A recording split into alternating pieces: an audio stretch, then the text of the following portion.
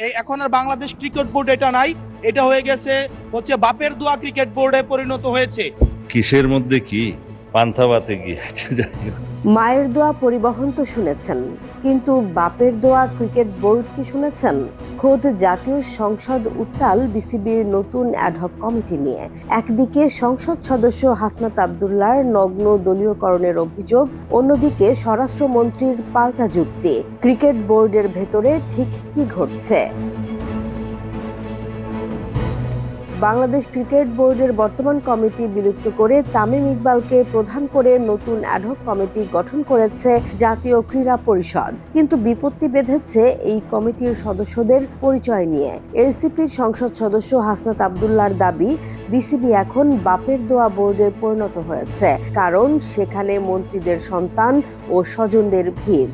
এটা হয়ে গেছে হচ্ছে বাপের দোয়া ক্রিকেট বোর্ডে পরিণত হয়েছে। বুধবার সংসদে এই বিতর্কের সূত্রপাত হয়। হাসনাত আব্দুল্লাহ অভিযোগ করেন, বিসিবির নতুন কমিটিতে স্বরাষ্ট্রমন্ত্রী, অর্থমন্ত্রী, এমনকি প্রধানমন্ত্রীর উপদেষ্টার ছেলেরাও স্থান পেয়েছেন।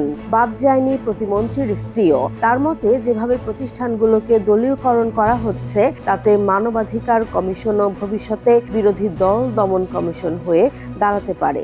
ইতিমধ্যে বাংলাদেশ ব্যাংকে যেভাবে দখল করা হয়েছে, যেভাবে বিসিবিকে যেভাবে এখন আর বাংলাদেশ ক্রিকেট বোর্ড এটা নাই। হাসনাতের এই কড়া আক্রমণের জবাব দেন স্বরাষ্ট্রমন্ত্রী সালাহউদ্দিন আহমদ। তিনি দাবি করেন, অন্তর্বর্তী সরকারের সময়ে বিসিবি নির্বাচনে ব্যাপক অনিয়ম হয়েছে। তৎকালীন ক্রীড়া উপদেষ্টা ক্ষমতার অপব্যবহার করে জেলা কমিটি ও ক্লাবগুলোকে প্রভাবিত করেছিল।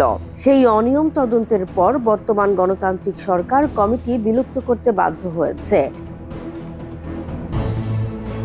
স্বরাষ্ট্রমন্ত্রী রসিকতা করে বলেন, এতদিন মায়ের দোয়া পরিবহন শুনলেও আজ বাপের দোয়া কমিটির কথা জানলাম। তবে হাস্যরসের আড়ালে উঠে এসেছে গভীর সংকট। বাংলাদেশ ব্যাংক থেকে বিশ্ববিদ্যালয়, সবখানেই দলীয়করণের যে অভিযোগ হাসনাত তুলেছেন, তার জবাবে স্বরাষ্ট্রমন্ত্রী দায় চাপিয়েছেন পূর্ববর্তী অন্তর্বর্তী সরকারের ওপর।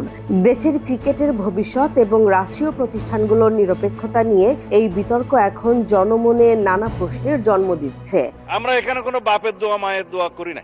এখন এতদিন পর্যন্ত শুনতাম মায়ের দোয়া পরিবহন আছে, আজকে মাননীয় সদস্যের কল্যাণে দেখলাম বাপের দোয়া কমিটিও আছে। জেসমিন জাহান, নিউজ ডেস্ক, জনবাণী।